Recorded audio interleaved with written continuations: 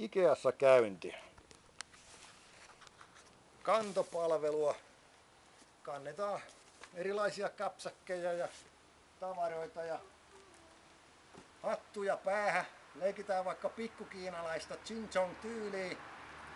Ruoka-alustoja. Mitä tahansa.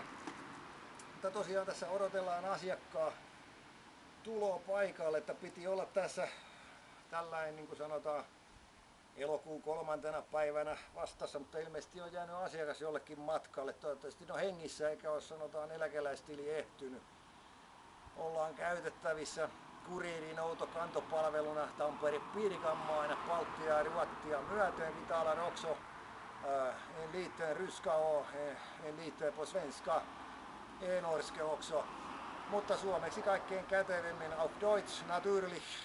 Jos tarvitsette Saksassa kantoapua, ottakaa hyvä mies mukaan käteisellä totta kai. Ja Saksassa meidän pitää katsoa aina se käden kulma sillä sopivasti heiluttaen, ettei siellä kiihotu porukat liikaa. Täällä Suomessahan me voidaan tervehtiä Tampereen morotyyliin. Ja ei muuta kuin rohkeasti yhteyttä erilaisissa hommissa, puutarha, kantopalvelut, pihatyöt. Monenlaiseen hommaa löytyy tällä hetkellä.